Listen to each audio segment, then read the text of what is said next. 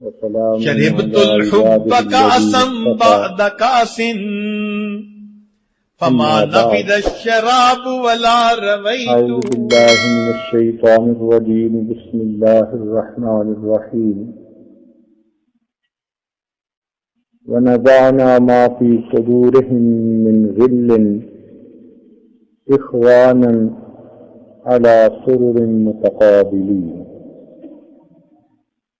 سبحان ربك رب العزة عما يصفون وسلام على المرسلين والحمد لله رب العالمين. اللهم صل على سيدنا محمد وعلى آل سيدنا محمد وبارك وسلم. اللهم صل على سيدنا محمد وعلى آل سيدنا محمد وبارك وسلم. اللهم صل على سيدنا محمد وعلى آل سيدنا محمد وبارك وسلم. کسی انسان کے بارے میں دل میں میل ہونا کینہ کہلاتا ہے. دل میں عداوت ہو، گرج ہو، بغض ہو، اس کیفیت کا نام کینہ ہے. یہ بڑی امراض میں سے ایک مرض ہے اور کثرت کے ساتھ پائی جاتی ہے.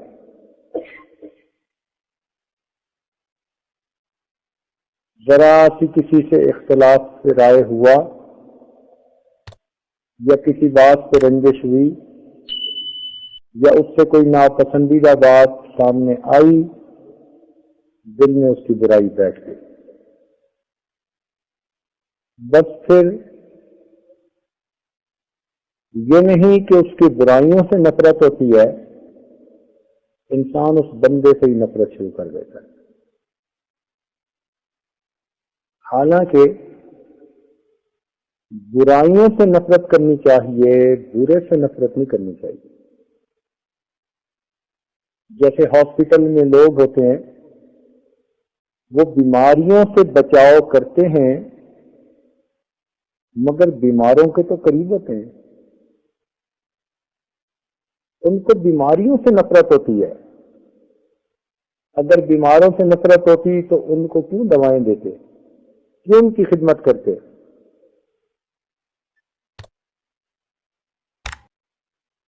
اور یہی چیز حدیث پاک سے سامنے آتی ہے. نبی علیہ الصلوۃ والسلام نے پیاز کھانے سے نفرت فرمائی تو اظہار اس کا یوں کیا حدیث پاک میں، انی اکرہ ریحھا، میں اس کی بو کو ناپسند کرتا ہوں. یہ نہیں فرمایا کہ میں پیاز کو ناپسند کرتا ہوں. ریحھا، اس کی بو کو ناپسند کرتا ہوں، یعنی بو ختم ہو جائے تو اب پیاز کھانے میں کوئی رکاوٹ نہیں. گھر میں سالن میں روز استعمال ہوتا ہے، عورتیں تڑکا گھی میں لگا دیتی ہیں، اس کا کھانا ٹھیک ہوتا ہے. ہاں ایسا کچا کھانا کہ مسجد میں آئے تو منہ میں بو ہو، اس کو ناپسند کیا گیا.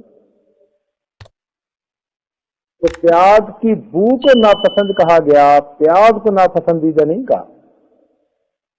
اسی طرح برے کی برائی ناپسندیدہ ہوتی ہے، برا انسان ناپسند نہیں ہوتا.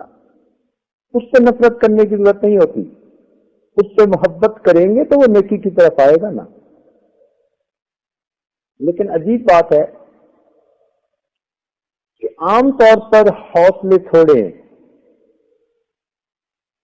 دل چھوٹے ہوتے ہیں.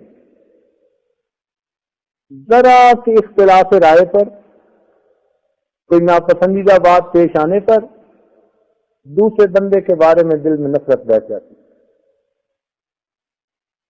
اس کیفیت کا نام کینہ ہے، غل،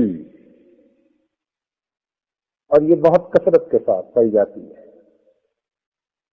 مردوں میں اور عورتوں میں، دونوں میں یہ بیماری بہت کثرت کے ساتھ پائی جاتی ہے.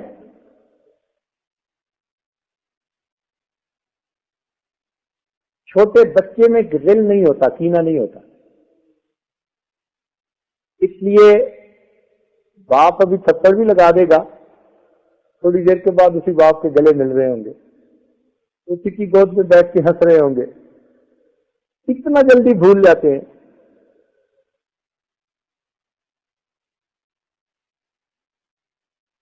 چھوٹے بچے کے دل میں غل نہیں ہوتا، کینہ نہیں ہوتا، وہ بہت جلدی بھول جاتا ہے. صالح کا کینہ ایسے ہو، کوئی برائی کا معاملہ کرے بھی تو بندہ فوراً بھول جائے، لیکن ہم تو اسے اپنی پکی میموری میں محفوظ کر لیتے ہیں ہمیشہ کے لیے. ڈیٹا بیس بنائی ہوتی ہے.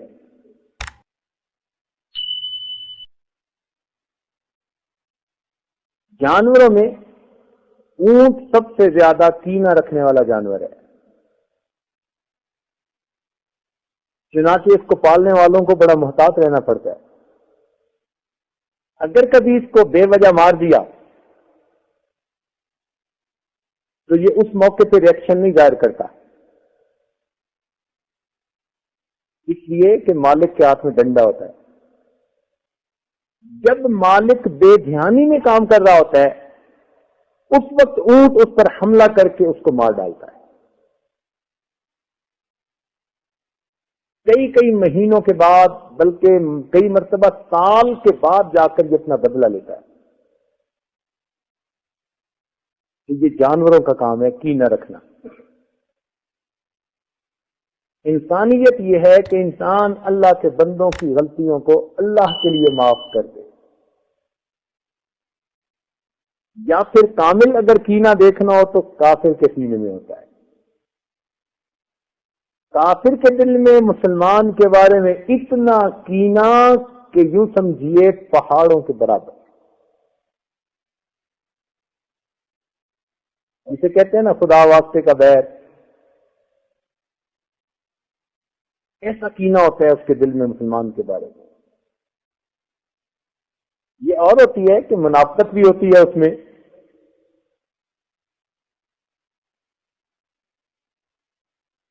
He keeps smiling even if he is boiling.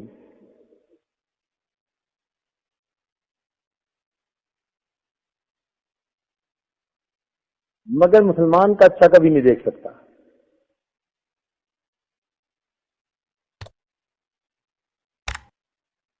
قریش مکہ کو نبی علیہ السلام کے ساتھ بڑا کینہ تھا. اس کینے کی کیفیت اللہ تعالیٰ نے قرآن پاک میں یوں کھولی، فرمایا وَإِن يَكَادُ الَّذِينَ كَفَرُوا لَيُزْلِقُونَكَ بِأَبْصَارِهِمْ لَمَّا سَمِعُوا الذِّكْرَ وَيَقُولُونَ إِنَّهُ لَمَجْنُونٌ. تو کافر لوگ نبی علیہ السلام کو اتنی بری نظروں سے دیکھتے تھے، اگر ان کا بس چلتا وہ اپنی نظروں سے ان کو گرا دیتے، نظر سے کسی کو ڈگا دے. ایسا کینہ تھا ان کے دل.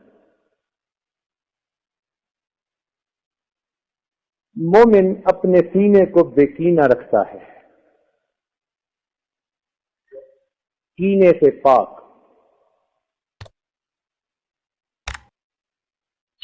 اس کینہ کو پہچاننا ہو کہ ہمارے سینے میں ہے یا نہیں تو اس کی بڑی بڑی نشانیاں ہیں.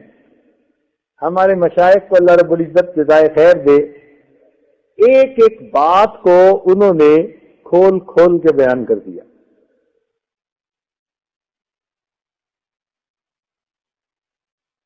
سب سے پہلی بات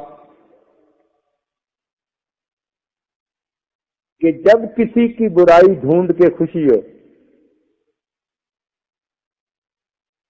جب کسی کی برائی ڈھونڈ کے خوشی ہو، سمجھ لو کہ دل میں اس کے بارے میں کینہ موجود ہے. جو برا لگتا ہے نا اس میں برائی ڈھونڈ کے خوشی ہوتی ہے. اور یہ کینہ رکھنے کی دلیل، بھائی کسی کی خامی ہماری خوبی نہیں بن سکتی. اگر اس میں برائی ہے تو اس کا یہ مطلب نہیں کہ ہم اچھے بن گئے. کیوں خواہ لوگوں کی برائیوں پہ ہم نظر رکھتے ہیں؟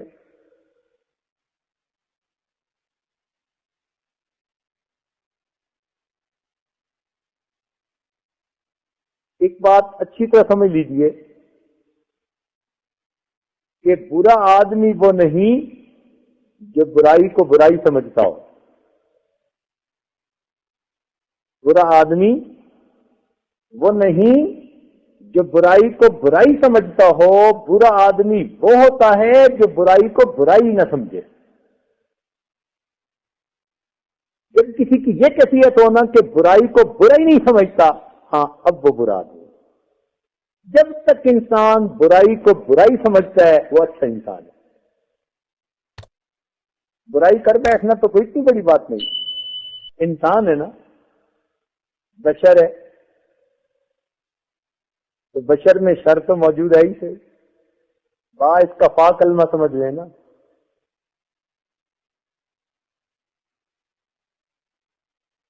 تو شر تو موجود ہی ہے. اچھے انسان سے بھی غلطی ہو سکتی ہے اور برا انسان بھی بڑے اچھے عمل کوئی کر بیٹھتا ہے.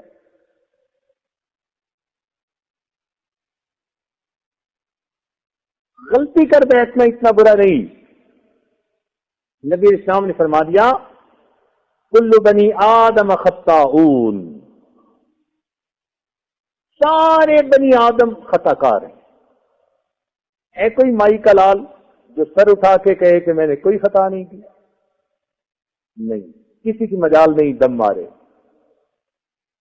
ہماری آنکھیں جھکی ہیں، ہمارے سر نیچے ہیں، ہم خطا کار ہیں. تو جب محبوب نے اپنی سچی زبان سے فرما دیا کل بنی آدم خطاؤن، تو معلوم ہوا کہ کسی کو خطا کا تانا دینا یہ برا ہے. ساری خطا کار ہیں، کس سے خطا نہیں ہوتی. تو برائی کا تانا نہیں دینا چاہیے. ہاں، خیر الخطاؤن التوابین، بہترین خطا کار وہ ہے جو توبہ کرنے والا. تو جب آدمی برائی کو برائی سمجھ رہا ہے تو توبہ کا دروازہ کھلا ہے، کسی وقت بھی توبہ کر سکتا ہے، اس لیے وہ برا نہیں ہے. جب اس نے برائی کو برائی سمجھنا بند کر دیا، اب توبہ کا دروازہ بھی اس سے بند ہو گیا. اب کہیں گے کہ یہ برا بندہ ہے.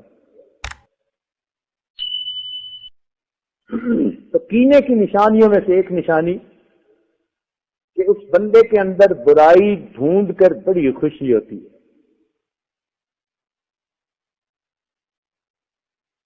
دوسری بات، اس بندے پر کوئی آفت اور مصیبت آ جائے تو دل کو خوشی محسوس ہوتی ہے.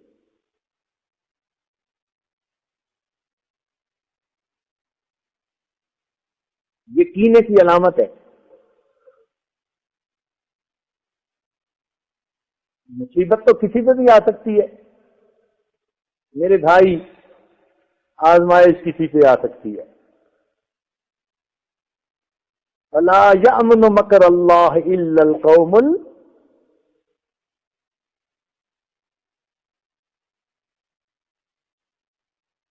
اللہ کے تدبیر سے، خفیہ تدبیر سے کون امن میں آ سکتا ہے؟ یہ جو خفیہ تدبیر ہے نا پروردگار کی کہ کس کو آزمائش میں لٹکا دے، یہ ہر ایک کے سر پہ تلوار لٹک رہی ہے. جب تک ہم زندہ ہیں یہ تلوار ہمارے سر پہ موجود ہے. عبداللہ اندلسی رحمت اللہ علیہ 1,00,000 حدیث کے حافظ، قرآن مجید کے حافظ، ذرا اپنے پہ خود پسندی کی نظر پڑی، اللہ نے جبہ امامہ کے باوجود سوروں کے چرانے کے اوپر لگا دیا.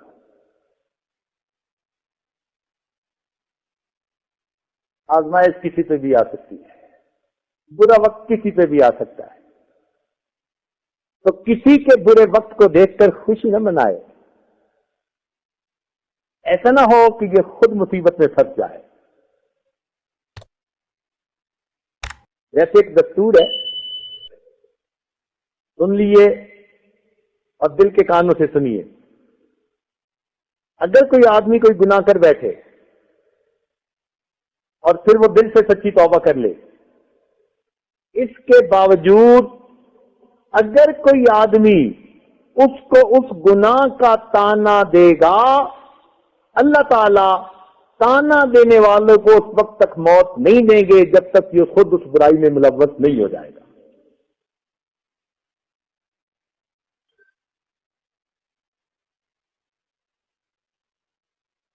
اس لیے ڈرنا چاہیے۔ ممکن ہے کسی نے غلطی کی ہو، سچی توبہ بھی کر لی ہو، آپ نے قبول نہیں کرنی، پروردگار نے قبول کرنی۔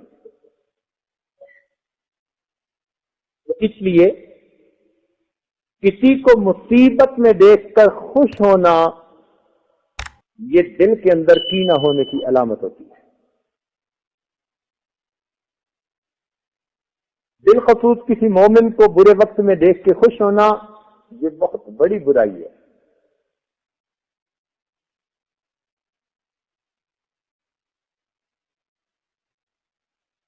اللہ کی پناہ مانگنے کی ضرورت ہوتی ہے، عبرت پکڑنے کی ضرورت ہوتی ہے۔ اس لیے تو حدیث پاک میں سبق دیا گیا ہے کہ جب مومن کسی بیمار کو دیکھے تو اللہ کی پناہ مانگے، شکر ادا کرے کہ میرے مالک تیرا مجھ پر کرم، تو نے مجھے اس بیماری میں ملوث نہیں کیا۔ یہی حال گناہوں کا۔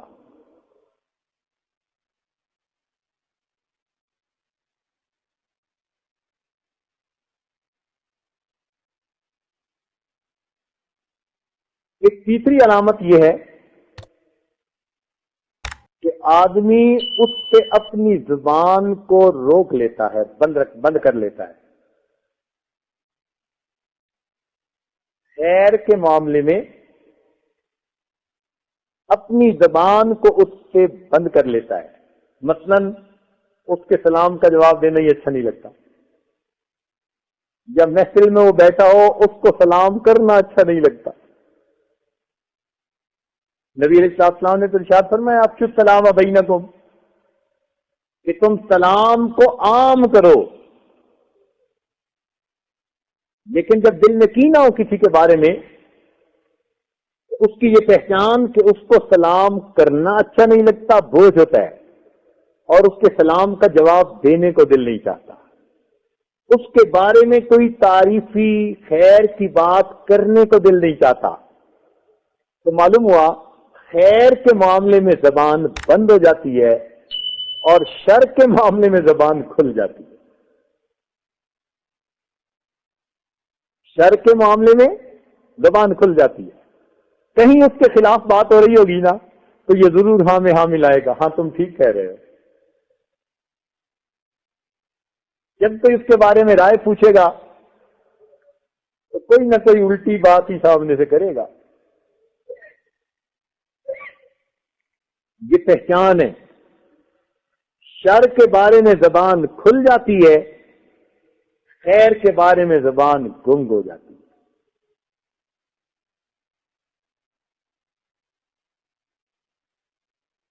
چوتھی نشانی کہ انسان اسے اپنے دل میں حقیر سمجھتا ہے۔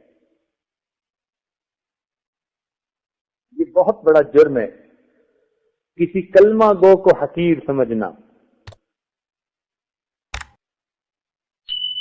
اس لیے کہ وہ کتنا ہی گناہگار کیوں نہ ہو، کتنا ہی گناہگار کیوں نہ ہو، اگر اس نے توبہ کر لی تو شریعت کا قانون ہے اولئک یبدل اللہ سیئات حسنات، اللہ تعالیٰ ان کے گناہوں کو ان کی نیکیوں میں بدل سکتا ہے یا بدل دیتا ہے۔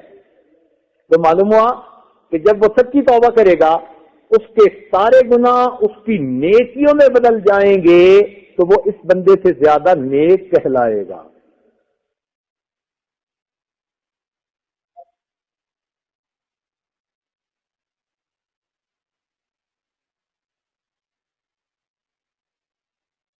بنی اسرائیل میں ایک گنہگار تھا، ایک نیکوکار تھا۔ حضرت عیسیٰ علیہ السلام کا گزرنے بدکار سے ہوا، پوچھا کہ کیا حال ہے؟ کہنے لگا بہت برا ہوں، عمر برائی میں گزر گئی، آخری وقت ہے، اللہ کی رحمت کی امید دل میں لے کر جا رہا ہوں، پلے تو میرے کچھ نہیں۔ اور آگے گئے، نیک سے ملاقات ہوئی، پوچھا کیا حال ہے؟ کہنے لگا کہ بس آخری وقت ہے، زندگی نیکی میں گزری ہے، بڑا اللہ کا مجھ پر یہ کرم رہا ہے۔ انہوں نے پوچھا بھئی کوئی آخری تمنا؟ کہنے لگا آخری تمنا یہ ہے کہ جیسے وہ فلاں ہے نا، بس مجھے اس حال مجھے اللہ آخرت میں اس کا ساتھ نہ کرے۔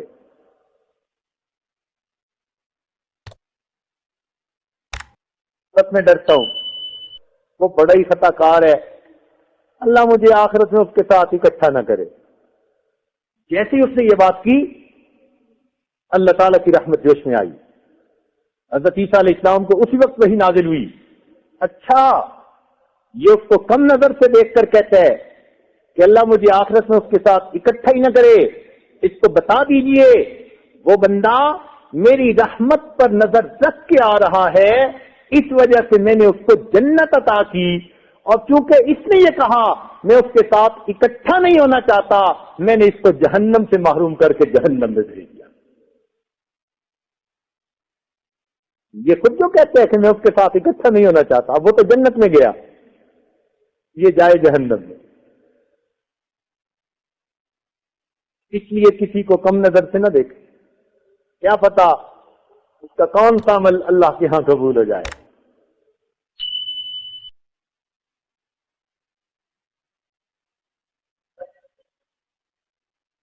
پانچویں نشانی کہ انسان اس کے راز افشا کرتا ہے اور اس کے معاملے میں جھوٹ بولتا ہے۔ اگر اس کے کوئی راز ہو، اصول تو یہ ہے نا شریعت کا، المجالس بالامانہ، مجلس کی بات امانت ہوتی ہے، لیکن جب دل میں کینہ آ جاتا ہے نا تو یہ پھر اس کے راز کھولتا ہے۔ جب کسی کے راز کھولنے کو دل کرے سمجھ لو کینہ موجود ہے، اور پھر بندہ راز اتنے نہیں کھولتا جتنے ہوتے ہیں، اس کو زوم کر کے کھولتا ہے۔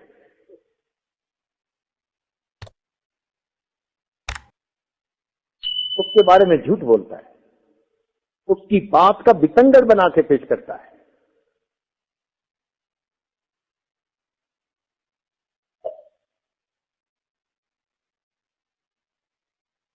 چھٹی اس کی نشانی کہ جب دل میں کسی کے بارے میں کینہ ہو تو اس کا مذاق اڑا کر خوشی ہوتی ہے۔ مذاق اڑا کر خوشی ہوتی ہے، ٹونٹ کر کے دل کو خوشی ہوتی ہے۔ یہ انسان کبھی مذاق زبان سے بھی کرتا ہے اور کبھی اشاروں سے بھی مذاق کرتا ہے، منہ کے تاثرات سے اس کا مذاق اڑاتا ہے۔ یہ نشانی کہ دل میں اس کے بارے میں کینہ موجود ہے۔ اگلی نشانی کہ اس کی غیبت کر کے یا سن کے دل کو خوشی ملتی ہے۔ غیبت کر کے یا غیبت سن کے دل کو خوشی ہوتی ہے۔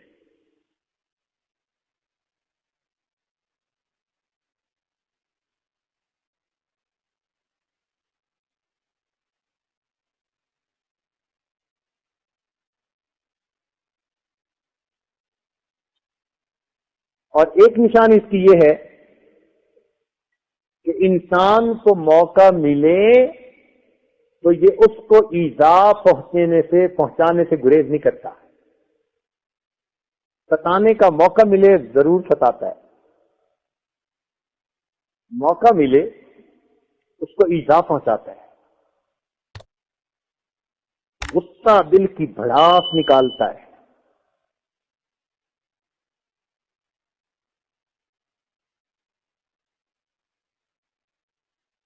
امام ربانی مجدد ثانی رحمۃ اللہ علیہ فرماتے تھے، اور عجیب بات انہوں نے کہی، فرماتے تھے کہ بہادر کی پہچان میدان جنگ میں ہوتی ہے، بہادر کی پہچان میدان جنگ میں ہوتی ہے، دوست کی پہچان مشکل وقت میں ہوتی ہے، اور عقل مند کی پہچان غصے کی حالت میں ہوتی ہے۔ بہت ہی عجیب بات ہے، بہادر کی پہچان میدان جنگ میں ہوتی ہے، دوست کی پہچان مشکل وقت میں ہوتی ہے، اور عقل مند کی پہچان غصے کی حالت میں ہوتی ہے۔ اگر اس کو غصہ بھی آ جائے تو وہ غصے میں اپنے آپ کو قابو میں رکھتا ہے، حق کی بات کہتا ہے، وہ غصے میں آ کے حق کے راستے سے ہٹتا نہیں ہے۔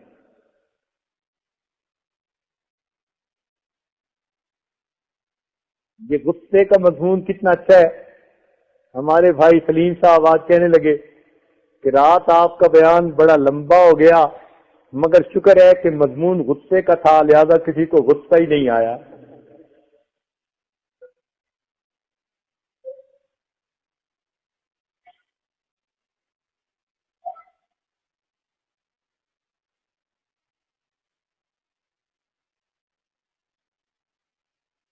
تو انسان موقع ملنے پر اس بندے کو ایذا پہنچاتا ہے۔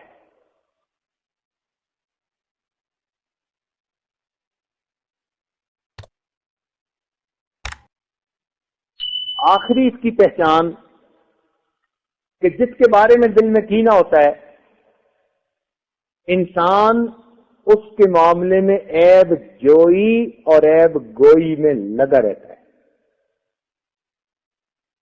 اس لیے شریعت نے عیب جوئی اور عیب گوئی کو بڑا کبیرہ گناہ بتایا۔ یہ دو علیحدہ گناہ ہیں۔ کسی میں عیب ڈھونڈنا ایک گناہ، کچھ لوگ ہوتے ہیں نا جنہوں نے خوردبین فٹ کی ہوئی ہوتی ہے، ہر ایک کے اندر برائی ڈھونڈ رہے ہوتے ہیں۔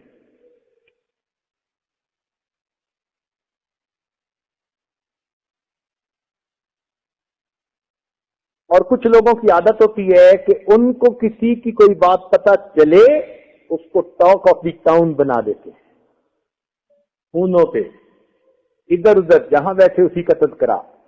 تو عیب جوئی علیحدہ گناہ، عیب گوئی علیحدہ گناہ، اور کچھ لوگوں میں دونوں گناہ ہوتے ہیں۔ اس لیے اللہ تعالیٰ نے ایسے لوگوں کے لیے جہنم کی ایک وادی بنائی جس کو ویل کہتے ہیں، ویل لکل ہمزۃ لمزہ۔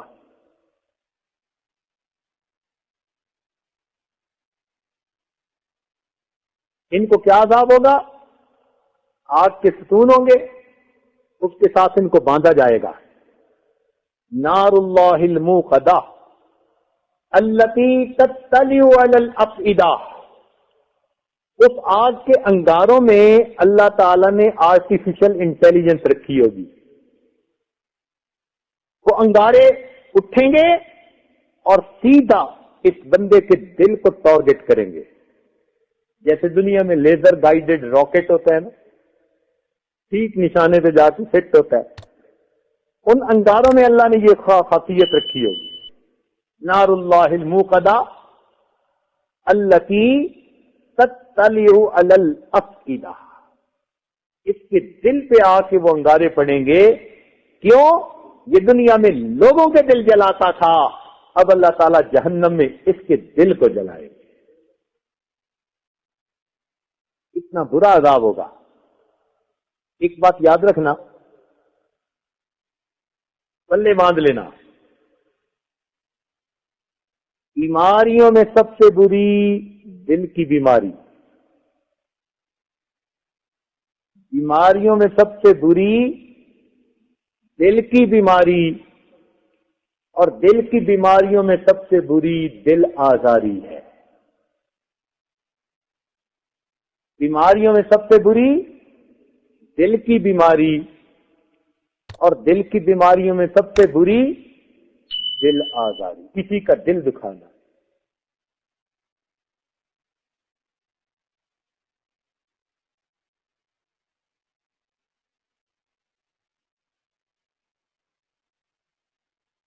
تو اگر ہم نیت کریں گے کہ ہم نے اپنے دل سے غل کو دور کرنا ہے، اللہ توفیق عطا فرما دیں گے. نیت میں منحصر ہے. میرے دوستو، کچھ لوگ طہارت خانے سے پاک ہو کر باہر آتے ہیں اور کچھ لوگ بیت اللہ میں جا کر بھی ناپاک رہتے.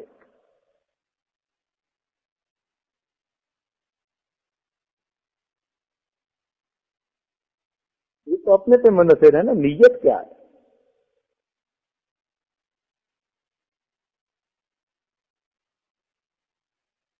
یہ جو ہوتے ہیں نا انتقام لینا، ہم تو اینٹ کا جواب پتھر سے دیں گے، یہ بہت بری بات. مومن ایسا نہیں کرتا. مومن میں معافی کا پہلو غالب ہوتا ہے.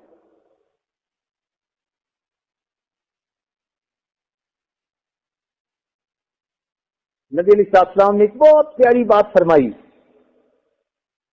کہ تم اپنے بھائی کے لیے وہی پسند کرو جو تم اپنے لیے پسند کرتے ہو. اب بتائیں، اگر ہم سے کوئی غلطی ہو جائے تو ہم کیا چاہتے ہیں کہ لوگ اس کو بھول جائیں، ہمیں معاف کر دیں، یا ہم چاہتے ہیں کہ لوگ یاد رکھیں، اپنے دلوں میں نفرت پیدا کر لیں؟ تو جو ہم اپنے بارے میں چاہتے ہیں وہی ہم دوسرے بھائی کے بارے میں پسند کریں. بات سمجھنی بہت آسان ہے. سیدہ عائشہ صدیقہ رضی اللہ تعالیٰ عنہ فرمایا کرتی تھیں کہ میں نے نبی علیہ الصلوۃ والسلام کو حقوق کا بدلہ لیتے ہوئے کبھی نہیں دیکھا. میں نے نبی علیہ الصلوۃ والسلام کو اپنے حقوق کا بدلہ لیتے ہوئے کبھی نہیں دیکھا. اور آج ہماری کیا عادت ہے؟ ہم اپنے حق کی خاطر خون کا آخری قطرہ بھی بہا دیں گے.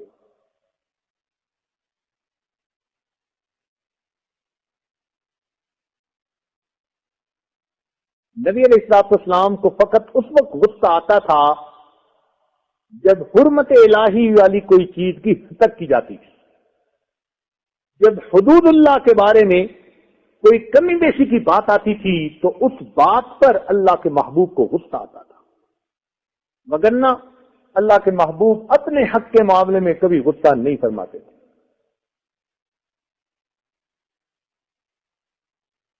نبی علیہ السلام نے ارشاد فرمایا، اللہ تعالی نرم ہے، نرمی کو دوست رکھتا ہے. جو شخص نرمی سے محروم رہا وہ ہر نیکی سے محروم رہا. تو اللہ تعالیٰ کو نرم طبیعت کے لوگ زیادہ پسندیدہ ہیں. سیدنا معاویہ رضی اللہ عنہ فرمایا کرتے تھے کہ جب تک بدلہ لینے کا موقع نہ ملے صبر کرو، برداشت کرو. جب تک بدلہ لینے کا موقع نہ ملے تو کیا کرو؟ صبر کرو، برداشت کرو. اور جب بدلہ لینے کا موقع ملے تو پھر تم عفو درگزر اور اس کو معاف کرو. جب تک بدلہ لینے کا موقع نہ ملے تب تک صبر کرو، برداشت کرو. اور اگر تمہیں موقع مل جائے اس وقت تم اس کو معاف کر دو. معاف کرنے کی اپنی ایک لذت ہے. دوسرے کی کوتاہی، غلطی کو معاف کرنے میں ایک مزہ ہے. یہ وہی جانتے ہیں جن کو اللہ تعالیٰ نے یہ صفت عطا کی ہوتی ہے.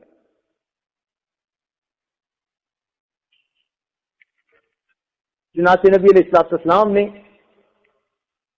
تاریخ انسانیت میں معافی کی سب سے بہترین مثال فتح مکہ کے دن قائم کی. تاریخ انسانیت اس سے بہتر معافی کی اور کوئی مثال پیش نہیں کر سکتی. مکہ کے لوگ وہ تھے کہ جنہوں نے نبی علیہ الصلوۃ والسلام کو ایذا پہنچائی.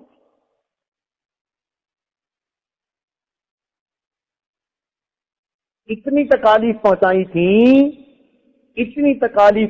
تھی کہ نبی علیہ السلام نے فرمایا کہ موسیٰ علیہ السلام کا ابو جہل پھر بھی چھوٹا تھا، میرا فرعون ابو جہل اس سے بھی بڑا تھا. اس لیے کہ موسیٰ علیہ السلام کا فرعون زبان سے بات کرتا تھا لیکن اس نے بدنی طور پر تو ایذا نہیں پہنچائی تھی. اور یہ فرعون جو مکہ کا تھا یہ تو ہاتھوں سے بھی نبی علیہ السلام کو ایذا پہنچاتا تھا. اللہ کے محبوب سجدے میں گئے, اونٹ کی اوجڑی اٹھوا کر اوپر ڈال دی. اب کتنی دیر تک سجدے کی حالت میں منو وزن کے نیچے بندہ رہے, بدبو اوپر سے, یہ کتنی تکلیف ہے ذرا اندازہ تو کر دیکھیے. بڑی تکلیف پہنچی.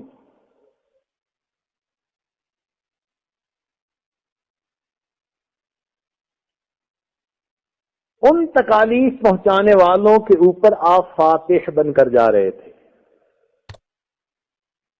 دنیا کا دستور کیا؟ دنیا کہتی ہے اب ان سے گن گن کے بدلے لیں گے,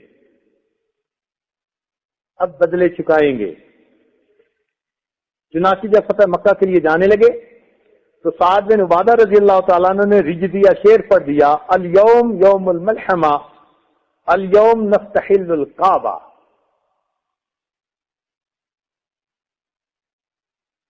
آج آیا نا لڑائی کا دن, بدلے چکانے کا دن, آج ان کو ہم دیکھ لیتے ہیں. ابو سفیان نے اعتراض کیا, ایمان نہیں لائے تھے ابھی, کہ دیکھو جی ہمارا آپ کا معاہدہ ہے اور یہ ایسی بات کر رہے ہیں.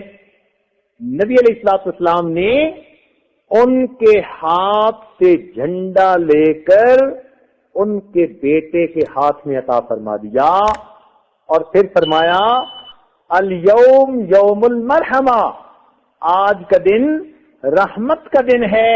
الیوم نستحل الکعبہ نستعظم الکعبہ, آج کے دن ہم کعبہ کی تعظیم کریں گے اور کسی کے ساتھ کوئی زیادتی نہیں کریں گے. چنانچہ جب مسلمان بیت اللہ میں داخل ہوئے اور رات آئی, مکہ کی عورتیں اپنے دلوں میں 100% یقین رکھتی تھی کہ آج ہماری عزتیں پامال کی جائیں گی. ہم نے مسلمانوں کو ستایا, ان کے جوان بیٹوں کو مارا, ان کی عزتوں کو پامال کیا, ان کی عورتوں کو شہید کیا. آج مسلمان بدلے چکائیں گے. عورتیں ڈری ہوئی تھیں اپنے گھروں میں, رات نیند غائب تھی آنکھوں میں. آدھی رات گزر گئی مگر کسی گلی میں کوئی آہٹ نہیں آ رہی. تو کفار کی عورتوں نے اپنے مردوں سے کہا کہ یہ مسلمان کوئی پلان تو نہیں بیٹھے بنا رہے, کیوں ابھی تک ہمارے گھروں تک نہیں پہنچے؟ یہ تو بھوکے بھیڑیے کی طرح ہم پہ حملہ آور ہو جاتے. کیا وجہ ہے ذرا دیکھ کے تو آؤ. تو اس وقت کافر مرد اپنے گھروں سے نکلے تو انہیں مکہ کی گلی میں کوئی مسلمان نظر نہیں آیا. حیران تھے کہ ان کو زمین کھا گئی یا آسمان پر چلے گئے.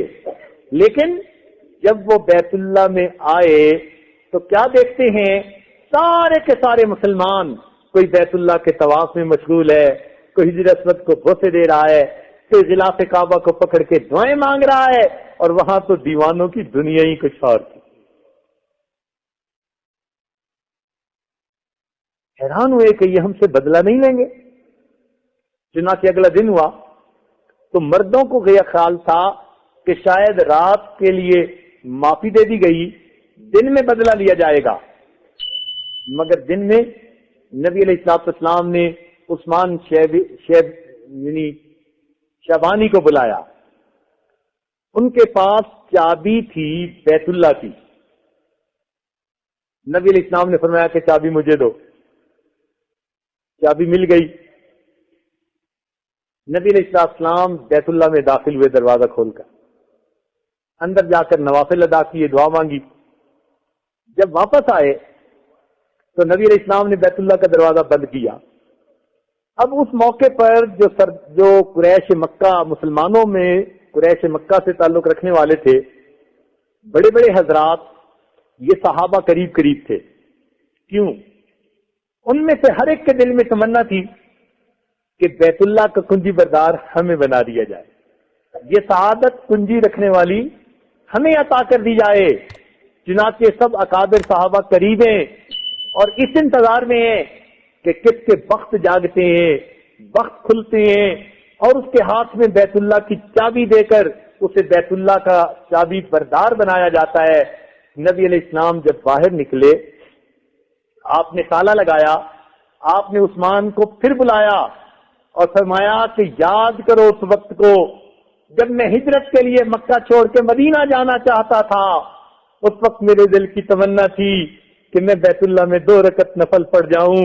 عثمان، تمہیں میں نے اسی جگہ بلایا تھا اور کہا تھا کہ مجھے چابی دے دو، میں بیت اللہ میں نفل پڑھنا چاہتا ہوں، تم نے انکار کیا تھا اور میں نے تمہیں کہا تھا عثمان آج جہاں تم کھڑے ہو ایک وقت آئے گا وہاں میں کھڑا ہوں گا، اور جہاں میں کھڑا ہوں وہاں تم کھڑے ہوگے، اور تم نے ناک منہ چڑھایا تھا اور کہا تھا یہ کیسے ہو سکتا ہے، میں صبر کر کے چلا گیا، عثمان میرے مالک نے میری بات کو سچا کر دکھایا، آج چابی میرے ہاتھ میں ہے، تم خالی ہاتھ میرے سامنے کھڑے ہو، مگر عثمان میں تمہارے ساتھ وہ نہیں کروں گا جو تم نے میرے ساتھ کیا تھا، میں چابی تمہارے ہاتھ میں واپس دیتا ہوں، قیامت تک تمہارے خاندان میں رہے گی اور تم سے وہی لے گا جو کوئی ظالم ہوگا۔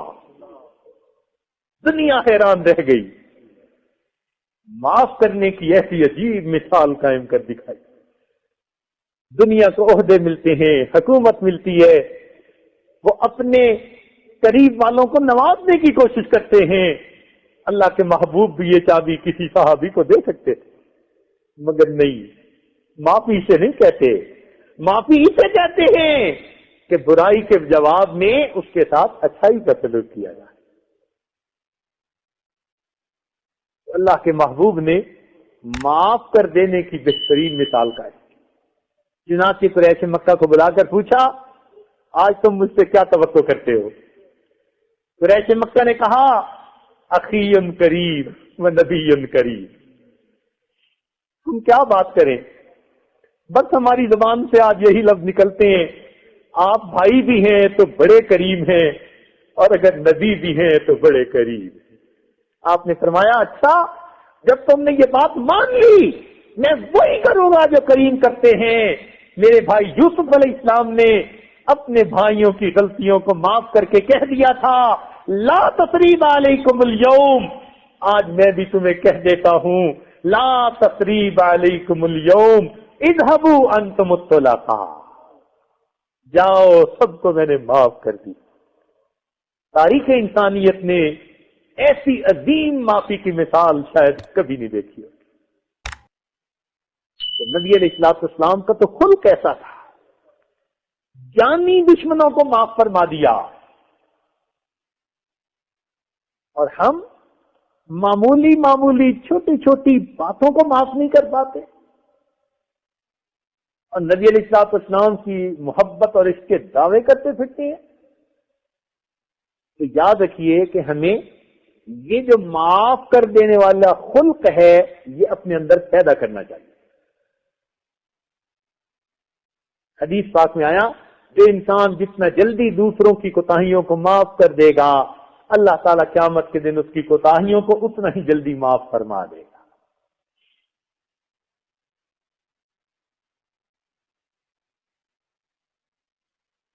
تو اللہ تعالیٰ نرمی کو پسند فرماتے ہیں، معافی کو پسند فرماتے ہیں۔ ہم تو چھوٹی سی کوئی بات کسی کی دیکھ لینا بس وہ ہمارے تو دماغوں سے اترتی نہیں، ہم تو سمجھتے ہیں کہ یہ ہمیشہ کے لیے مردود بن گیا۔ شکر ہے اللہ تعالیٰ نے معافی کا معاملہ اپنے ہاتھ میں رکھا ہے، بندوں کے ہاتھ میں دے دیتا تو پتہ نہیں کیا بن جاتا۔ اللہ تعالیٰ کا حوصلہ دیکھنا ہے کتنا بڑا، کیوں جی؟ ویسے تو ایک کتاب بھی ہے کتنے بڑے ہیں حوصلے پروردگار کے، لیکن اگر آپ نے دیکھنا ہو نا قرآن پاک میں کہ اللہ تعالیٰ کا حوصلہ کتنا بڑا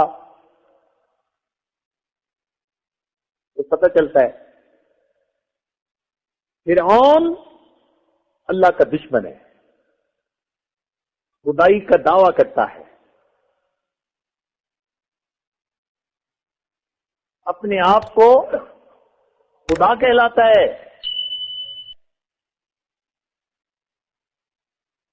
چھوٹا بھی نہیں بڑا خدا کہلاتا ہے۔ اب جس نے خدائی کا دعویٰ کیا وہ اللہ تعالیٰ کا دشمن، پھر وقت کے نبی کا پکا دشمن ہے. تو اتنا بڑا دشمن، مگر اس دشمن کی طرف اللہ رب العزت اپنے پیغمبر علیہ السلام کو بھیج رہے ہیں. تو فرماتے ہیں اذهبا الى فرعون انه طغى، تسمیہ کا صیغہ، تم دونوں جاؤ فرعون کی طرف، باغی طاغی بنا پھرتا ہے. مگر ساتھ کیا کہا؟ فقولا له قولا لینا، تم دونوں جانا مگر اس سے جا کر تم نرم بات کرنا. لعلہ یتذکر او یخشی، ممکن ہے اس کو نصیحت ہو جائے اور وہ ڈر جائے. اب دیکھیے اللہ تعالی موسیٰ علیہ السلام کو بھیج رہے ہیں فرعون کے پاس اور نرم گفتگو کا حکم فرماتے ہیں. اے دوست، آپ اب کسی کو نصیحت کرتے ہیں غصے کے ساتھ تو جس نے گناہ کیا وہ فرعون سے زیادہ برا نہیں ہوتا اور آپ کا درجہ موسیٰ علیہ السلام سے زیادہ اونچا نہیں ہوتا. آپ کیسے غصہ کر رہے ہوتے ہیں؟ اس گناہ کرنے والے کا معاملہ فرعون سے برا نہیں ہوتا اور نصیحت کرنے والا سیدنا موسیٰ علیہ السلام سے اونچا نہیں ہوتا. ہمیں کہاں اس بات کا زیب دیتی ہے ہم کسی کو نصیحت کرتے ہوئے غصے کا اظہار کریں، ہم بھی نرم بات کریں. ہماری پتہ کیا عادت ہے؟ بیٹے کو کہا نا اٹھو نماز کا وقت ہو گیا ہے، اول تو پہلے ہی اٹھو نماز کا وقت ہو گیا ہے، آرڈر. اب جوانی کی عمر میں نیند ہوتی ہے، گہری ہوتی ہے،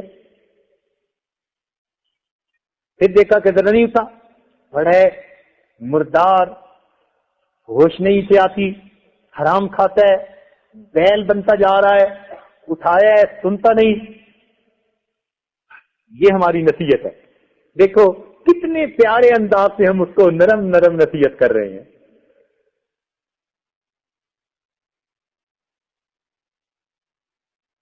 اللہ تعالیٰ حضرت موسیٰ علیہ السلام کو بھیجے ہیں فرعون کے پاس اور نرم گفتگو کا حکم فرماتے ہیں. ہم اپنے بیٹے سے بات کر رہے ہوتے ہیں اور دیکھو کیسی جلی کٹی سنا رہے ہوتے ہیں. اللہ تعالیٰ نرمی کو پسند فرماتے ہیں. اللہ والوں کے اندر یہ خلق موجود ہوتا ہے. قرآن میں کچھ اللہ والوں کا تذکرہ ہے جن کو اصحاب کہف کہا گیا، غار والے، اللہ والے تھے.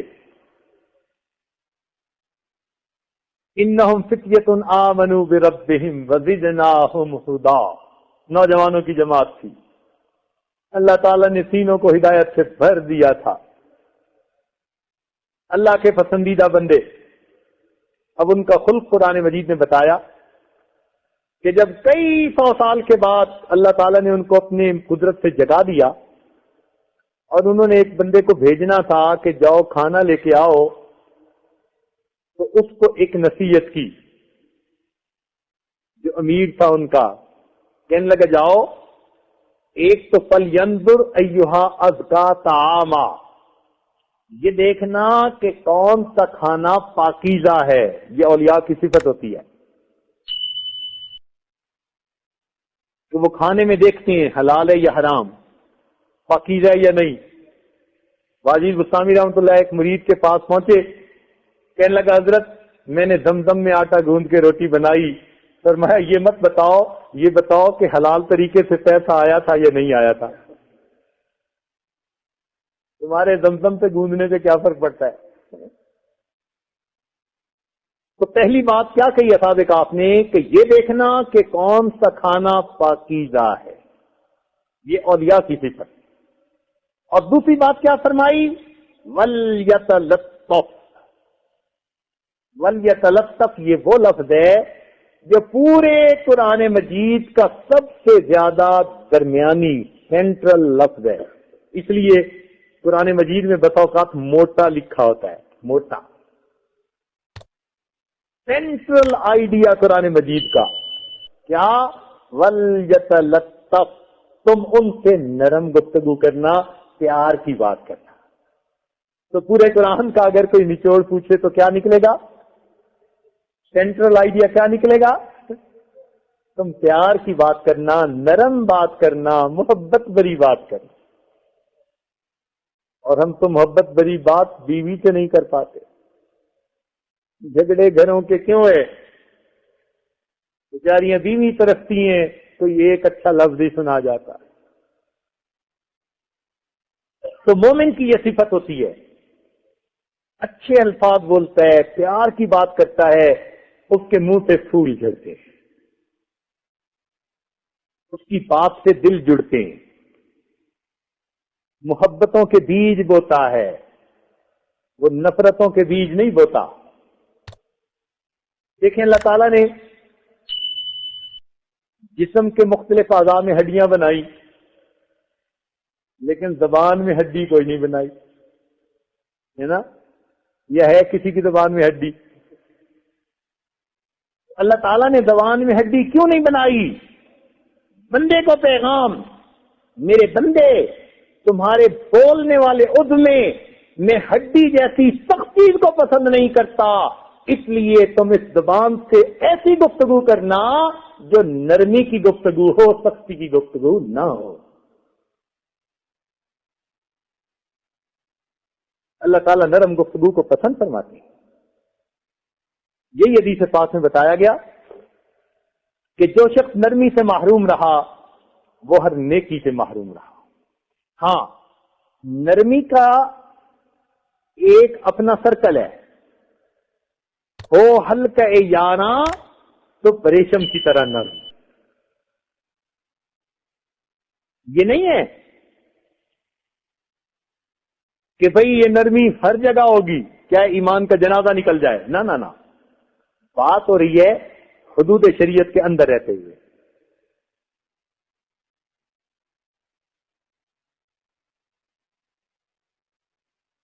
او ہلکے یاراں تو بریشم کی طرح نرم، رزم حق و باطل ہو تو فولاد ہے مومن. تو جو سختی کے ہیں وہ اپنے مواقع ہیں، نرمی کے اپنے مواقع ہیں. ہم جو باتیں کر رہے ہیں نا، گھر کی، دوستوں کی، محفل کی، ہم مومنوں کے معاشرے کے درمیان کی باتیں کر رہے ہیں، جہاں ریشم کی طرح نرم ہونا چاہیے اور وہاں آگ کی طرح ہم گرم ہوتے ہیں.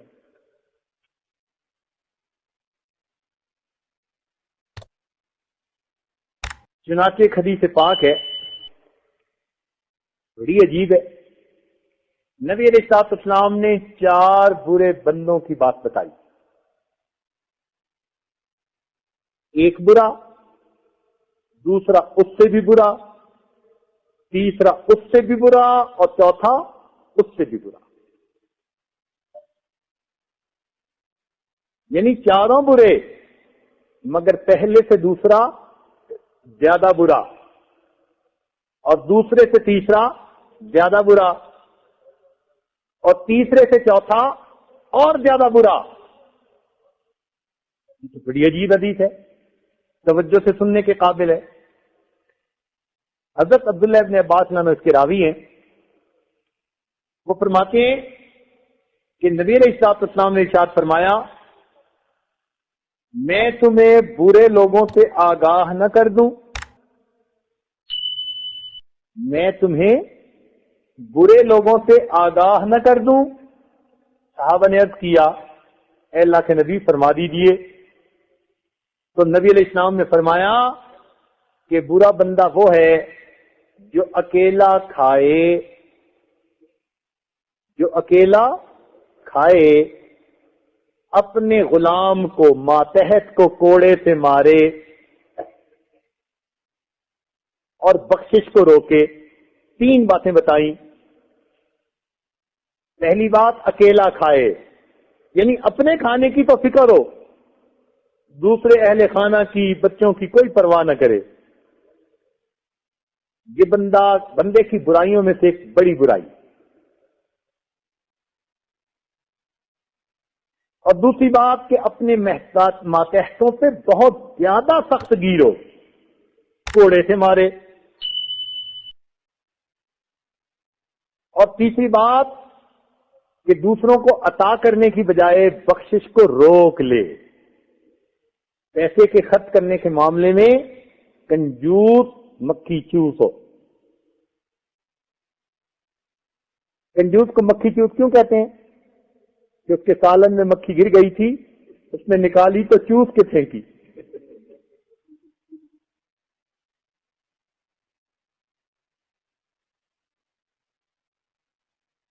تو نبی علیہ السلام نے فرمایا کہ یہ برا بندہ. یہ سن کر صحابہ کرام چپ ہو گئے. پھر نبی علیہ السلام نے دوسری مرتبہ فرمایا کہ میں تمہیں اس سے بھی بدتر انسان بتاؤں، میں تمہیں اس سے بھی بدتر انسان بتاؤں. صحابہ نے عرض کیا اللہ کے نبی بتا دیجئے. فرمایا کہ جو لوگوں سے بغض رکھے اور لوگ اس سے بغض رکھیں، یہ اس سے بھی برا. جو لوگوں سے بغض رکھے اور لوگ اس سے بغض رکھیں، یہ پہلے سے بھی زیادہ برا انسان ہے. اور اگر آپ دیکھیں تو ہمارے دل میں کسی نہ کسی کے بارے میں کوئی نہ کوئی رنجش، بغض، کینہ موجود ہوگا. دلوں سے نکال دیجئے، ایسا نہ ہو کہ ہم اس بندے کی فہرست میں کہیں شامل کیے جائیں.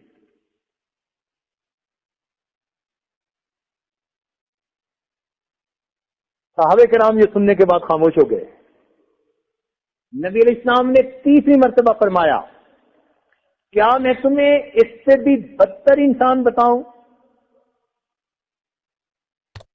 صحابہ نے عرض کیا اے اللہ کے نبی بتا دیجئے. فرمایا وہ انسان اس سے بھی بدتر ہے جس سے نہ تو نیکی کی امید ہو اور نہ اس کے شر سے بندے کو امن ہو. جس سے نہ تو نیکی کی کوئی امید ہو اور نہ اس کے شر سے کوئی امن ہو، یہ اس سے بھی زیادہ برا ہے. اب یہ سن کے تو صحابہ کرام سہم ہی گئے. پھر نبی علیہ السلام نے چوتھی مرتبہ فرمایا کیا میں تمہیں اس سے بھی بدترین انسان کے بارے میں بتاؤں؟ صحابہ کرام نے کہا اللہ کے نبی بتا دیجئے. نبی علیہ السلام نے فرمایا اس سے بھی بدترین انسان وہ ہے جو کسی کی لغزش سے درگزر نہ کرے اور کسی کی معذرت کو قبول نہ کرے.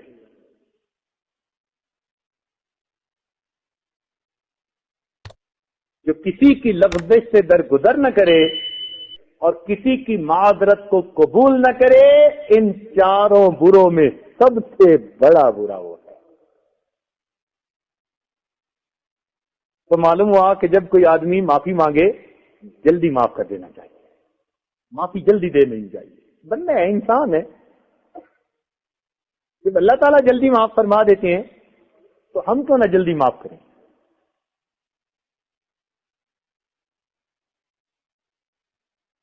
تو اس حدیث پاک کے مضمون کو اپنے ذہن میں جما لیجیے، تو پھر دوسروں کی غلطیوں کو انسان جلدی معاف کرنے کا عادی بن جائے گا.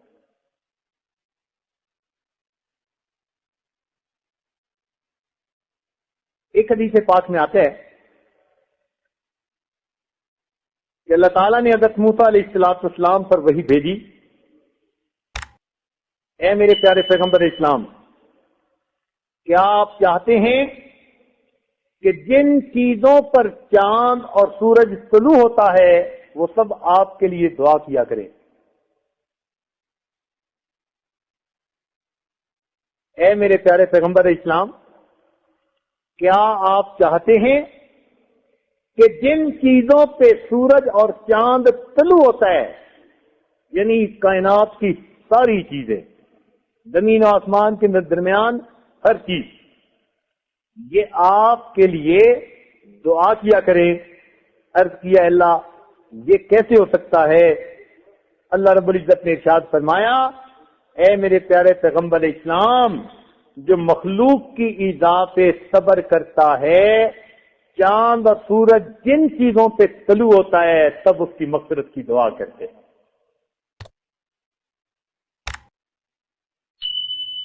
اس لیے دوسرے کی تکلیف پر انسان صبر کر لے، معاف کر دے، اپنے دل میں اس کے بارے میں کینہ نہ رکھے. انتقام کی خواہش دل میں رہنا کینا، اور بھائیوں کو تو جلدی معاف کر دینا چاہیے. آج کل بھائیوں سے ہی سب سے پہلے پھڈا، سب سے پہلا بھائیوں کے درمیان. دیکھیں بھائی بالآخر بھائی ہوتے ہیں.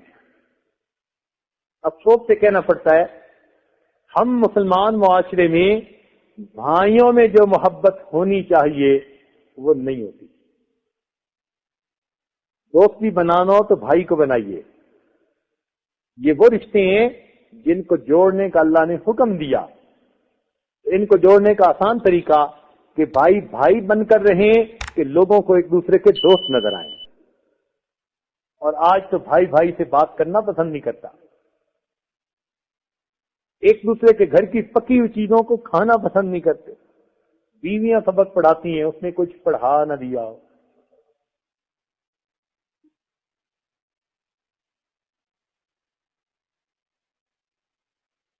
دیکھیں جب دنیا میں انسان کو کوئی بوجھ ہوتا ہے، ذمہ داری ملتی ہے، تو پھر اس کی نظر سب سے پہلے بھائی سے، اور دلیل قرآن مجید سے. سیدنا موسیٰ علیہ السلام کو اللہ تعالی نبوت سے سرفراز فرماتے ہیں. ارشاد فرمایا کہ ہم نے تمہیں نبی بنا دیا. جب یہ نبوت کا بوجھ پڑا تو اب اس بوجھ میں ہاتھ بٹانے کے لیے ان کی نظر سب سے پہلے کس پر گئی؟ اپنے بھائی پر.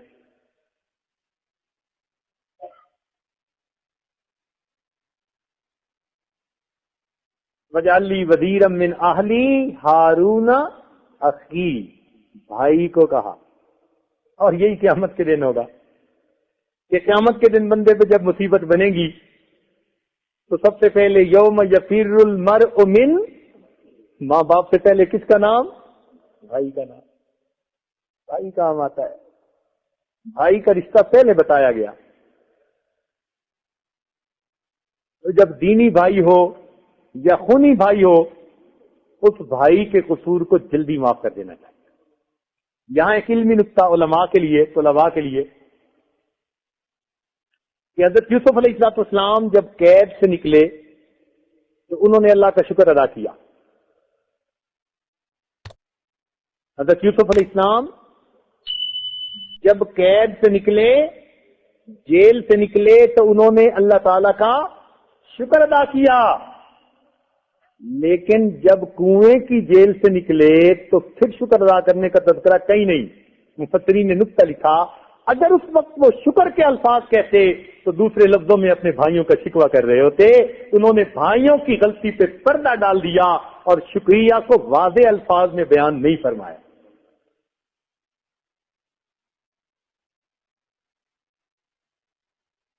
تو بھائیوں کی غلطیوں پہ پردے ڈالنے چاہیے.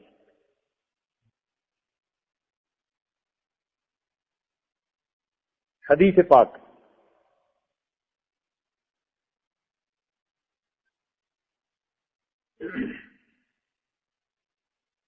حدیث پاک سنیے، بہت ہی عجیب.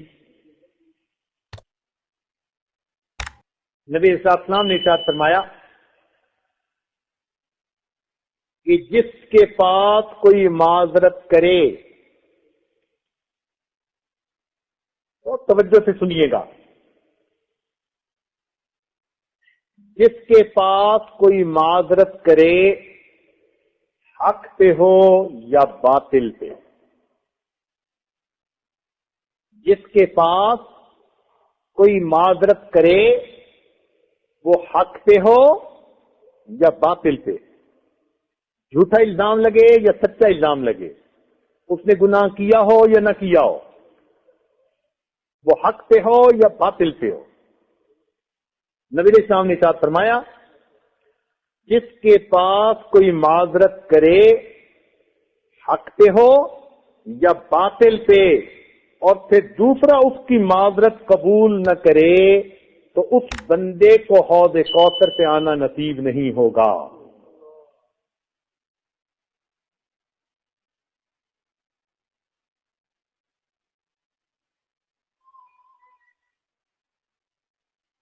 جس کے پاس کوئی معذرت کرے، حق پہ ہو یا باطل پہ معذرت کرنے والا، اور پھر یہ بندہ اس کے عذر کو، معذرت کو قبول نہ کرے، فرمایا کہ اسے حوض کوثر پہ آنا نصیب نہیں ہوگا۔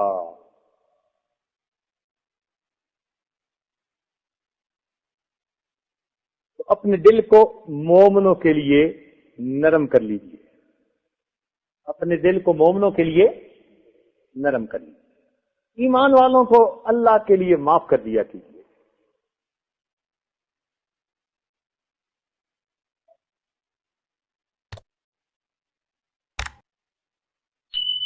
نبی علیہ الصلوۃ والسلام کو اللہ تعالیٰ نے بہت نرم دل بنایا تھا، بہت ہی نرم دل۔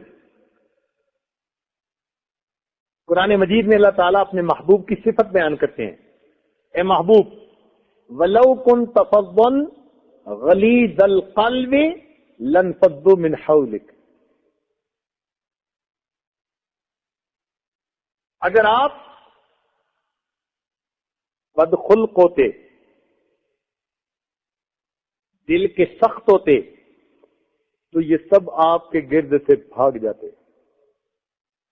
یہ جو آپ کے عاشق صادق جڑے ہوئے ہیں نا، اس کی بنیادی وجہ کیا؟ کہ آپ خوش خلق ہیں اور آپ کے دل کے اندر رحمت و شفقت موجود ہے۔ فضن کا مطلب مفسرین نے لکھا بدخلق، اور غلیظ القلب کا مطلب لکھا جس دل میں رحمت و شفقت نہ ہو۔ تو نبی علیہ السلام خوش خلق بھی تھے اور آپ کے دل کے اندر رحمت اور شفقت بھی تھی، پیار محبت تھی، پیار محبت۔ چنانچہ ایک مرتبہ سیدہ صدیقہ رضی اللہ عنہا کسی بات پہ غصے میں آ گئی، تو حدیث پاک میں آتا ہے نبی علیہ السلام نے ان کا کان پکڑ کر پیار سے یوں ملا، غصے میں تھی تو نبی علیہ السلام نے ان کا کان پکڑ کے پیار سے یوں ملا اور فرمایا اے منی سی عائشہ، عمر میں چھوٹی تھی نا، دیکھو پیار کی بات کیسی کہ دوسرا خود بخود ٹھنڈا ہو جائے۔ ان کا کان ملا اور کان مل کے فرمایا اے منی سی عائشہ، اٹھ اپنے رب سے یہ دعا مانگ، اللہ میرے سب گناہ معاف کر دے، میرے غصے کو ٹھنڈا کر دے۔ سیدہ صدیقہ رضی اللہ عنہا کا غصہ اسی وقت ٹھنڈا ہو گیا۔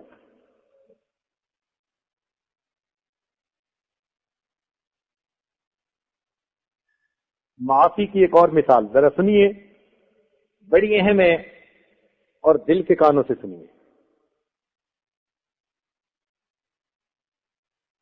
جب منافقین نے سیدہ عائشہ صدیقہ رضی اللہ عنہا پر بہتان لگایا، بہتان مبین لگایا، پورے شہر کے اندر یہ بات عام کر دی کہ ام المومنین سے فلاں فلاں گناہ سرزد ہوا، اور اتنا ایک نے دوسرے کی بات ملا کر کی کہ شہر کے دوسرے لوگوں نے اس بات کو مان لیا۔ It became talk of the town. ایسے وقت میں نبی علیہ السلام بہت ہی زیادہ رنجیدہ، بہت زیادہ غمزدہ۔ پورا واقعہ اس وقت سنانا مقصد نہیں، اشارہ کرنا مقصد ہے۔ آپ نے خاموشی اختیار کر لی۔ سیدہ عائشہ صدیقہ رضی اللہ تعالیٰ عنہ فرماتی ہیں میں بیمار ہو گئی تھی سفر سے آ کے، مجھے پتہ ہی نہ چلا کہ یہ کیا ہو رہا ہے۔ بہرحال ایک صحابیہ کے ذریعے سے پتہ چلا، تب میں نے آ کے نبی علیہ السلام کے انداز مبارک کو دیکھا، آپ سلام کرتے اور خاموشی سے بیٹھ جاتے۔ وہ جو محبت کی نظر پہلے ملتی تھی اب وہ مجھے نہیں مل رہی تھی، تو مجھ سے تو یہ گھڑی برداشت نہ ہوئی، اور میں اس وقت نبی علیہ السلام سے اجازت لینے گئی کہ آپ مجھے اجازت دیں میں اپنے ماں باپ کے گھر چلی جاؤں۔ حدیث سے پتہ چلتا ہے کہ بچی پہ جب بھی مصیبت بنتی ہے اسے ماں اور باپ یاد آ جاتے، ماں باپ کا گھر یاد آیا کرتا ہے۔ نبی اسلام نے اجازت دے دی۔ فرماتی ہیں میں اپنے والد کے گھر آ گئی، میں نے دیکھا میری والدہ رو رو کر آنکھیں ان کی سرخ ہو چکی، اور اپنے والد کو دیکھا سیدنا صدیق اکبر چارپائی پر بیٹھے اللہ کا قرآن پڑھ رہے تھے، آنکھوں سے آنسو جاری تھے۔ وہ ماں باپ تھے، بیٹی کے بارے میں ایسی باتیں تھی سارے شہر میں، تو ان کے دل پہ کیا گزر رہی ہوگی۔ تو سیدنا صدیق اکبر نے اس وقت قرآن مجید کو اپنا غمخوار بنایا، بیٹھے اللہ کا قرآن پڑھ رہے تھے۔ قرآن مجید ہی ہمارے دکھ درد کا ساتھی ہے۔ چنانچہ سیدہ صدیق لانا گھر تشریف لے گئی۔ جب انہوں نے ماں باپ کو بھی روتے ہوئے دیکھا تو دل میں خیال آیا اللہ کے محبوب بھی مجھ سے خفا ہیں، ماں باپ بھی بہت زیادہ اس وقت آزردہ اور دکھی دل ہیں، اب میں کیا کروں؟ چلو میں اپنے پروردگار کے سامنے فریاد کرتی ہوں۔ فرماتی ہیں کہ میں نے مصلی لیا، گھر کے کونے کی طرف چلی گئی، میری والدہ پیچھے دیکھنے آئی کہ کہیں میری بیٹی اس وقت میں کوئی انتہائی قدم نہ اٹھا لے، کیا کرنے جا رہی ہے۔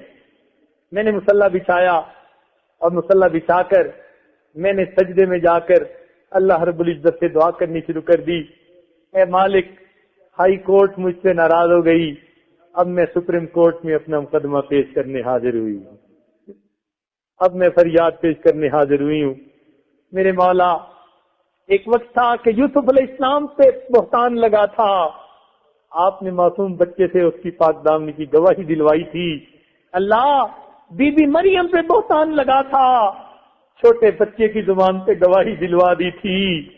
آج تیرے محبوب کی محبوبہ پہ بہتان لگا ہے، اللہ وہ تیرے سامنے فریاد کرتی ہے، میرے لیے بھی کوئی ایسی سبیل نکال دیجئے تاکہ میری بھی برات واضح ہو جائے۔ وہ فرماتی ہیں میں تو سوچتی تھی کہ اللہ تعالیٰ اپنے محبوب کو خواب میں بتا دیں گے یا کوئی اور ایسی بات پیش آ جائے گی، مگر اسی دوران اللہ کے محبوب جو ہے وہ ہمارے گھر تشریف لائے۔ اس واقعے کو میں چھوٹا کر رہا ہوں، گھر تشریف لائے، انہوں نے جب دیکھا میری والدہ بھی رو رہی ہیں، میرے والد بھی قرآن پڑھتے ہوئے رو رہے ہیں اور میں سجدے میں پڑھ کے رو رہی تھی، اللہ کے محبوب چارپائی پر بیٹھ گئے اور مجھے آواز دی۔ آواز سن کر میں اسی وقت اٹھی کہ مجھے آقا کی خدمت میں حاضر ہونا ضروری تھا۔ میں آئی اور چارپائی پر آپ کے قریب بیٹھ گئی۔ اللہ کے محبوب نے نہایت پیار سے مجھے ایک بات کہی، یہ بات فرمائی، عائشہ، اللہ رب العزت گناہوں کو معاف کرنے والے ہیں، اگر تجھ سے کوئی خطا ہوئی ہے تو معافی مانگ لے تاکہ اللہ تعالیٰ گناہوں کو معاف فرما دے۔ اب ذرا توجہ فرمائیے کہ جس شخص کے اہل خانہ پر اتنا بڑا بہتان لگے وہ کیا اتنے پیار سے بیٹھ کے نصیحت کرتا ہے؟ نصیحت کا انداز جو اصل بتانا مقصد تھا، ہم ہوتے تو ہم پتہ نہیں کیسے تفتیش کرتے، پتہ نہیں کیا کیا کرتے، یا اس سے پہلے فیصلے ہی نہیں دے دیتے۔ اللہ تعالیٰ کے محبوب آ کر پاس بیٹھ جاتے ہیں اور بڑی محبت سے فرماتے ہیں، اے عائشہ، اللہ تعالیٰ گناہوں کو معاف کرنے والا ہے، اگر تجھ سے کوئی خطا ہوئی ہے تو اللہ تعالیٰ سے معافی مانگ لے، وہ گناہوں کا معاف کرنے والا ہے۔ چنانچہ سیدہ صدیقہ لانا فرماتی ہیں، یہ سن کر میری آنکھوں میں آنسو آ گئے۔ میں نے دل میں سوچا اتنے لوگوں نے باتیں کر دی ہیں، اب میں نے اگر صفائی میں کوئی بات کی بھی صحیح تو پتہ نہیں قبول ہوگی یا نہیں ہوگی۔ میں نے کہا انما اشکو بثی وحزنی الی اللہ، میں وہی کہتی ہوں جو یعقوب علیہ السلام نے کہا تھا، میں اپنا دکھ اپنا غم اپنے رب کے سامنے بیان کرتا ہوں۔ چنانچہ میں نے بھی یہی آیت پڑھ دی، میں اپنا غم اللہ کے سامنے بیان کرتی ہوں۔ جیسے یہ الفاظ کہے اس کریم پروردگار کی طرف سے اسی وقت وحی کی پیغام آ گیا۔ میں نے دیکھا نبی علیہ الصلوۃ والسلام نے اپنی چادر مبارک اپنے چہرے پہ ڈھانپ لی اور چہرے مقدس کو اس طرح ڈھانپ لیا جیسے کہ آپ وحی کی حالت میں ڈھانپ لیتے تھے۔ میں سمجھنے لگی شاید خواب کے ذریعے سے کوئی الہام ہوگا، مگر جب نبی علیہ السلام نے چہرہ ہٹایا، چہرے سے کپڑا ہٹایا تو آپ کا چہرہ 14 رات کے چمکتے ہوئے چاند کی طرح کھلکھلا رہا تھا، اور اس طرح ہٹا جیسے کہ بادلوں میں سے 14 کا چاند نکلتا ہے۔ آپ نے مسکرا کر میری طرف دیکھا، فرمایا عائشہ، اللہ تعالیٰ کی طرف سے پیغام آ گیا، الخبیثات للخبیثین والخبیثون للخبیثات الطیبات للطیبین والطیبون للطیبات. میرے مالک نے فرمایا اولئک مبرؤون مما یقولون. یہ پیغام ہے سبحانک ھذا بہتان عظیم. یہ لوگ اس سے بری ہیں. میں نے پاکیزہ اصول بنا دیا. خبیثوں کے لیے خبیث عورتیں ہوتی ہیں, پاکیزہ کے لیے پاکیزہ ہوتی ہیں. میرے محبوب آپ پاکیزہ ہیں. ہم نے آپ کے لیے ان کو بیوی کے طور پہ چنا تھا.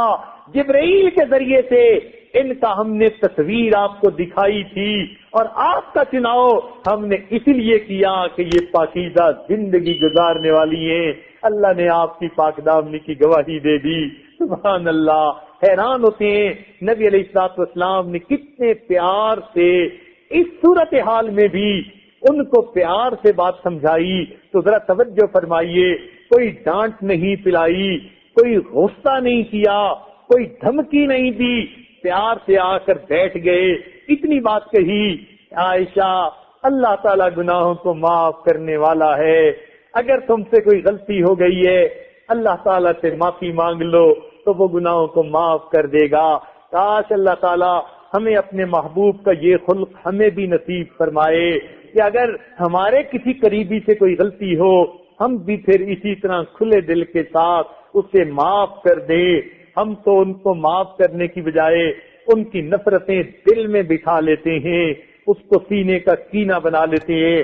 ذرا توجہ فرمائیے, ہمارے مشائخ نے فرمایا سینے کو کینے سے خالی کر لینا اہل جنت کی نشانی ہوتی ہے. سینے کو کینے سے خالی کر لینا اہل جنت کی نشانی ہوتی ہے.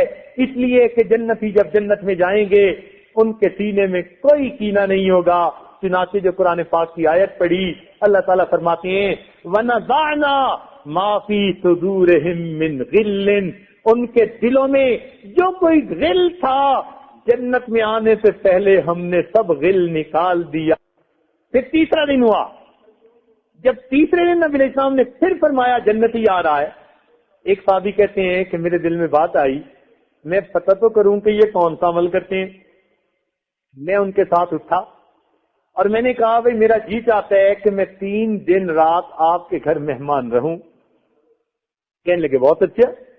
وہ مجھے اپنے گھر لے گئے, انہوں نے مہمان بنا لیا.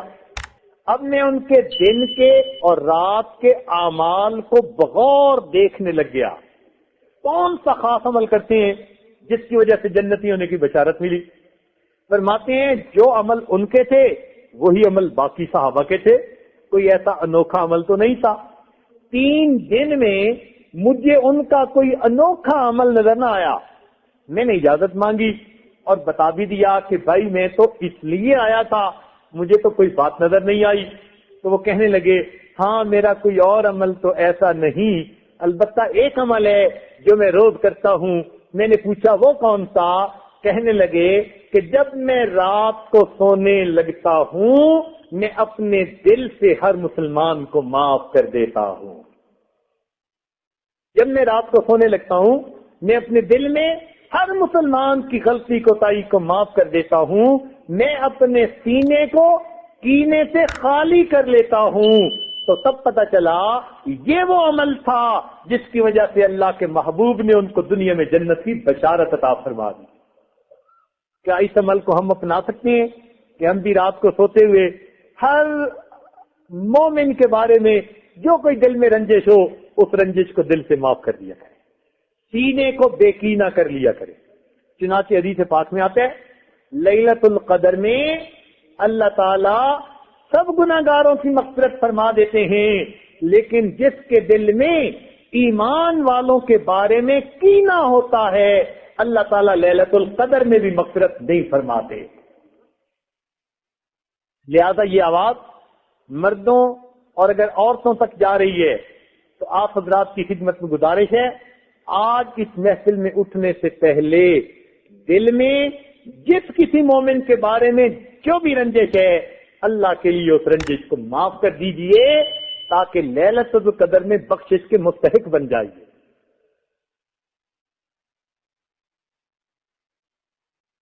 چنانچہ حدیث پاک میں نبی علیہ السلام نے ارشاد فرمایا جب تو شام کو سوئے تو کسی کے خلاف دل میں کینہ نہ ہو، یہ میری سنت ہے، اور جو میری سنت پر عمل کرے گا وہ جنت میں میرے ساتھ ہوگا۔ تو آج ہمیں سنت پر عمل کر لیں، اپنے سینے کو کینے سے خالی کر لیں، نبی علیہ الصلوۃ والسلام کا ساتھ قیامت کے دن اللہ تعالیٰ میں نصیب فرما دے۔ ہمارے مشائخ نے فرمایا کفرست دست در طریقت ما کینہ داشتن، یہ جو ہمارا طریقت اور سلوک کا راستہ ہے نا، اس میں دل میں کینہ رکھنا دل میں کفر رکھنے کی مانند ہے۔ کفر است در طریقت ما کینہ داشتن آئین ماست سینہ چو آئینہ داشتن، اس طریقت کے راستے میں سینے میں کینہ رکھنا کفر رکھنے کی مانند برا ہے، اور میرا آئین تو یہ ہے کہ اپنے سینے کو آئینے کی طرح چمکتا ہوا بنا لیجیے۔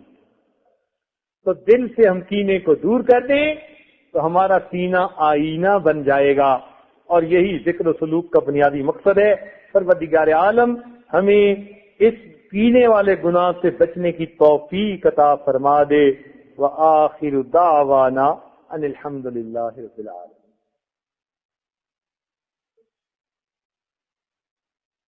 تھوڑی دیر مراقبہ کر لیجیے، آنکھوں کو بند کر لیجیے، سر کو جھکا لیجیے، دنیا جو کچھ دنیا میں ہے اس سے ہٹ کٹ کے اللہ تعالیٰ کی یاد میں ڈوب جائیے۔ انسان جب اپنے اندر جھانکتا ہے اسے اپنی اصل تصویر نظر آتی ہے۔ اپنے من کے دریچے کو کھولیے، اپنی اصل تصویر کو دیکھیے۔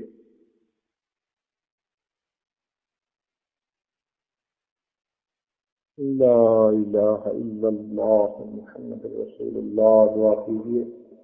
سبحان ربی جلال الوقار، اللہم صلی علی سیدنا محمد وعلی آل سیدنا محمد وبارک وسلم۔ ربنا ظلمنا انفسنا وان لم تغفر لنا وترحمنا لنكونن من الخاسرین۔ اے مالک، ہم آپ کے عاجز مسکین بندے ہیں، ہمارے گناہوں کو معاف فرما، ہماری خطاؤں سے درگزر فرما، ہمارے سینے سے کینے کو دور فرما، ہمارے دلوں سے میل کو دور فرما۔ اللہ، ہم اب تک کیسی زندگی گزارتے پھر رہے ہیں، اے اللہ ہمیں انسانیت نصیب فرما۔ اے اللہ، ہم جانوروں کی طرح زندگی گزارتے پھر رہے ہیں، اللہ ہمیں صحیح معنوں میں انسان بنا۔ ہمارے سینے سے غل کو دور فرما، کینے کو دور فرما، حسد کو دور فرما، تکبر اور عجب کو دور فرما۔ اے مالک، ان باطنی بیماریوں کی شفا عطا فرما۔ اے مالک، ہماری ان دعاؤں کو اپنی رحمت سے قبول فرما۔ رب کریم، ہمارے سینے کو آئینے کی طرح چمکا دیجیے، ہمارے اوپر رحمت کی نظر فرما دیجیے۔ اے اللہ، آپ تو شب قدر میں بھی اس بندے کی مغفرت نہیں کرتے جس کے سینہ میں کینہ ہو۔ اللہ، ہم اپنے دل سے ہر ایک مومن کے بارے میں جو بھی دل کے اندر رنجش ہے آج دل سے نکالتے ہیں، اسے آپ کی خاطر معاف کر دیتے ہیں۔ اے مالک، اس کے بدلے آپ ہمیں معاف فرما دیجیے۔ اے اللہ، اس کے بدلے آپ ہمیں معاف فرما دیجیے۔ ہماری بدخلقی کو خلق میں بدل دیجیے، ہماری برائیوں کو اچھائیوں میں تبدیل فرما دیجیے، ہمارے اوپر رحمت کی نظر فرما دیجیے۔ اللہ، ہم آپ کے در پر سائل بن کے آئے جاتے ہیں۔ میرے مالک، فقیر کا کام تو مانگنا ہوتا ہے، رب کریم رحمت کی نظر ڈال دیجیے۔ اللہ، تیری ایک نگاہ کی بات ہے، میری زندگی کا سوال ہے، ایک رحمت کی نظر ڈال دیجیے اور میری زندگی بنا دیجیے۔ اللہ، رحمت کی نظر ڈال دیجیے، ہماری کوتاہیوں سے درگزر